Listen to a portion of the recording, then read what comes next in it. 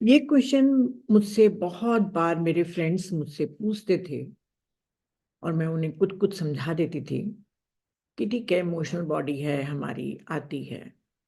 पर जब मेरी लाइफ में एक ऐसा चैलेंज आया जिसमें मैंने भी इस चीज को जिया और अनुभव किया, तो बहुत मुश्किल हुआ मुझे ये डाइजेस्ट करने में कि जब मैं लगभग 9 साल से मेडिटेशन कर रही हूँ, स्वाध्याय करती हूँ, दिन रात बुक्स पढ़ती हूँ, सर्विस में जुड़ी हुई हूँ, तो फिर मेरे साथ क्यों हो रहा है।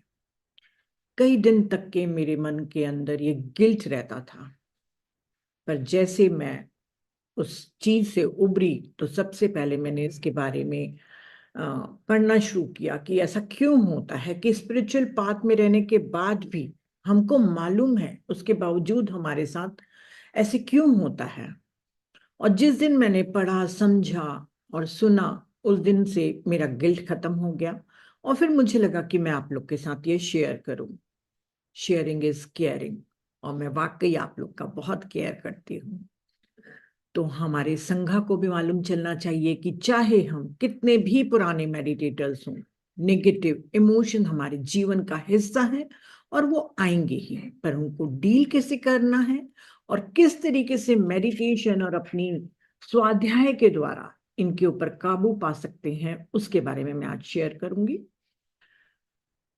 तो मेडिटेशन जो हम सीखते हैं और आत्मज्ञान जो हम लेते हैं, उसके दो पहलू होते हैं। एक होता है थ्योरी, जो हम सुन रहे हैं और जो हम पढ़ रहे हैं, ये सैद्धांतिक रूप से है। और दूसरा इसका पहलू है प्रैक्टिस। जब हम उसको इम्प्लीमेंट करते हैं अपने जीवन के चैलेंजेस में, तब जाके वो हमारा विजडम बनता है। उसके पहले तक के ये सिर्फ हमारे पास जानकारी होती है। तो थ्योरी और प्रैक्टिस, ये दोनों से ही हम विजडम ले पाते हैं। तो जितने भी धर्म हैं, फिलोसफीज है, स्पिरिचुअल पाथ है, वो हमको वननेस की तरफ ले जाने के लिए फ्रेमवर्क देता है कि ऐसा ऐसा करना चाहिए, ऐसा ऐसा होता है, और आप इसको प्रैक्टिस करते जाएंगे तो आप सेल्फ रियलाइजेशन तक पहुंच पाएंगे।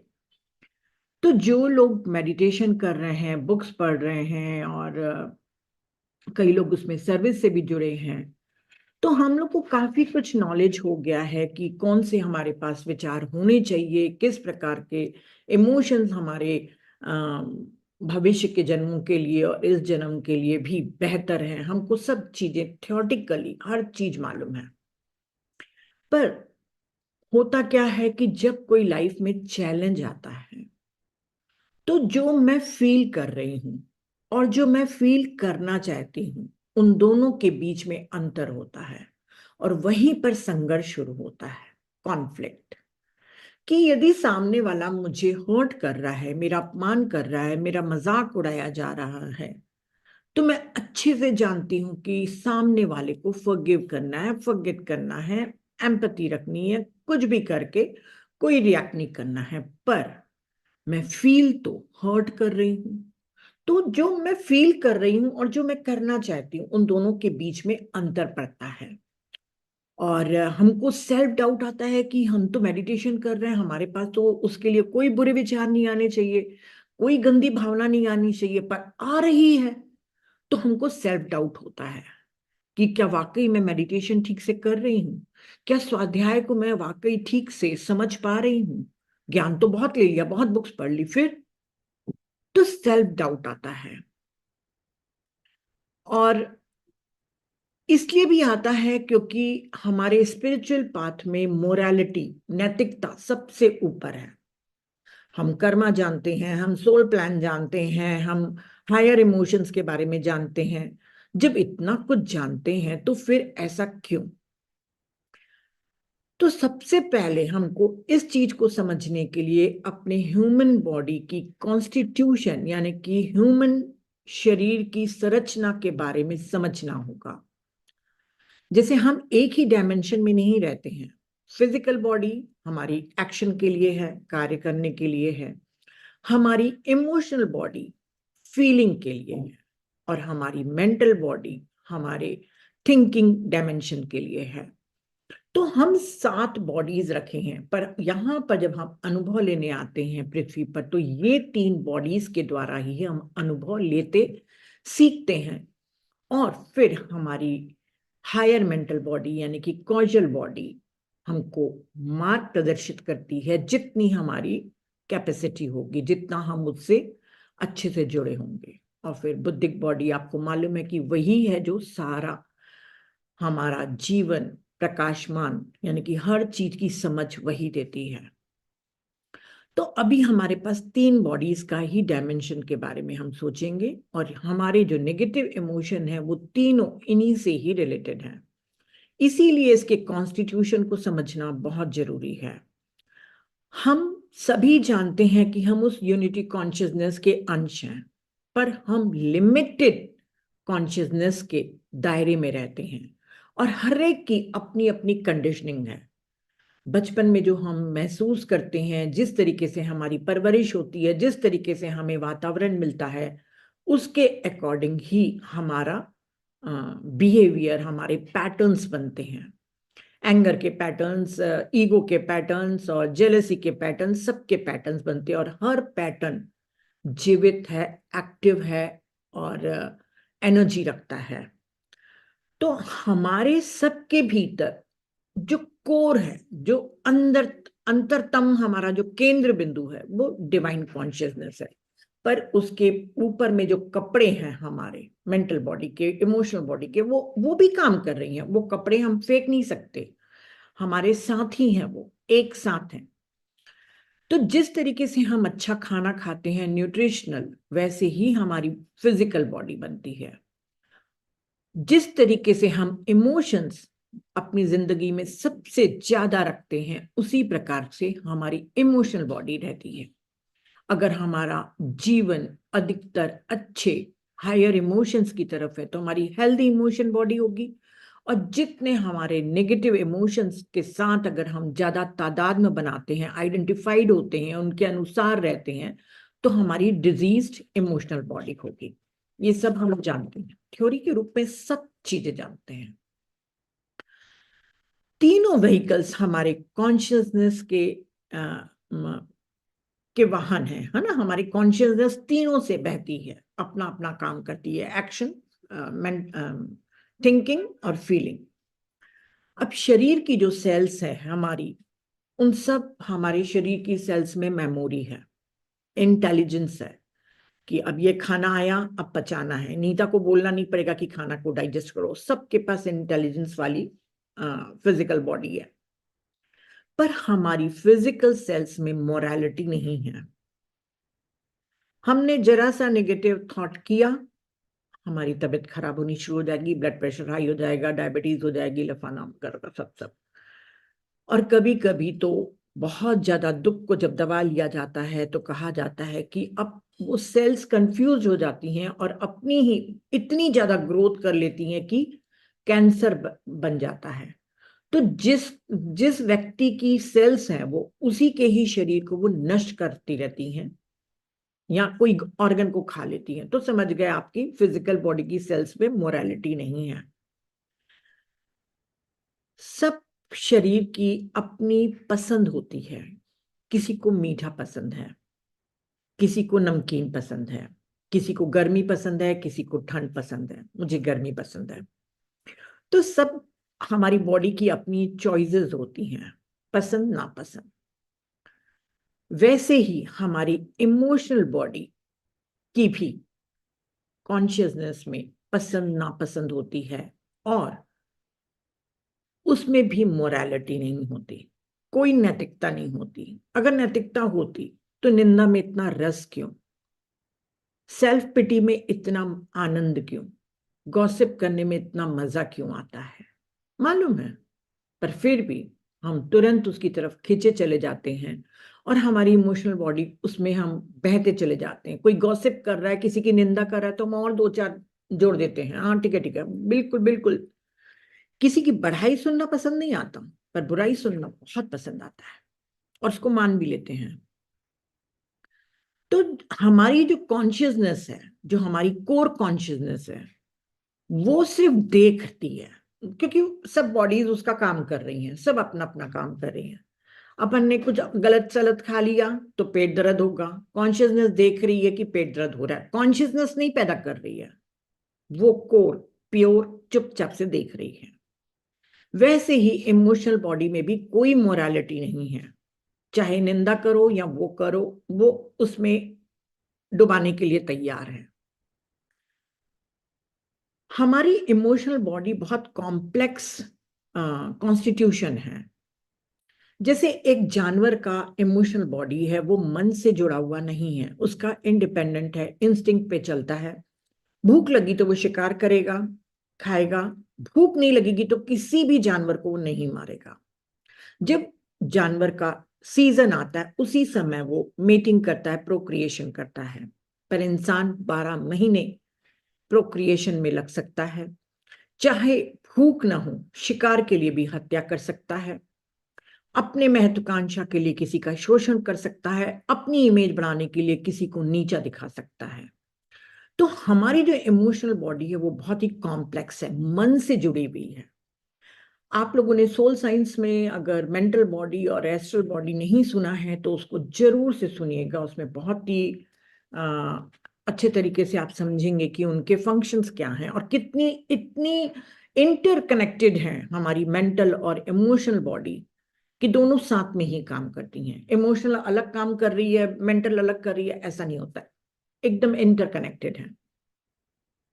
हमारी इमोशनल बॉडी में दो एस्पेक्ट्स होते हैं। एक तो हमारा, जिनको हम पसंद नहीं करते हैं या जिनसे हमको चिढ़ होती है, रिपल्शन जिसको बोले, तुरंत उसके लिए हमारे नेगेटिव इमोशन चिढ़ जाते हैं तुरंत। अपने बच्चों के लिए नहीं रहेगा।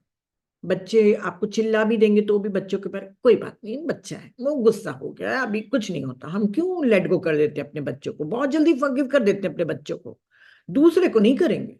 बच्चा भले ही हमको गाली दे दे परंतु सामने वाला तो एक शब्द ना बोले।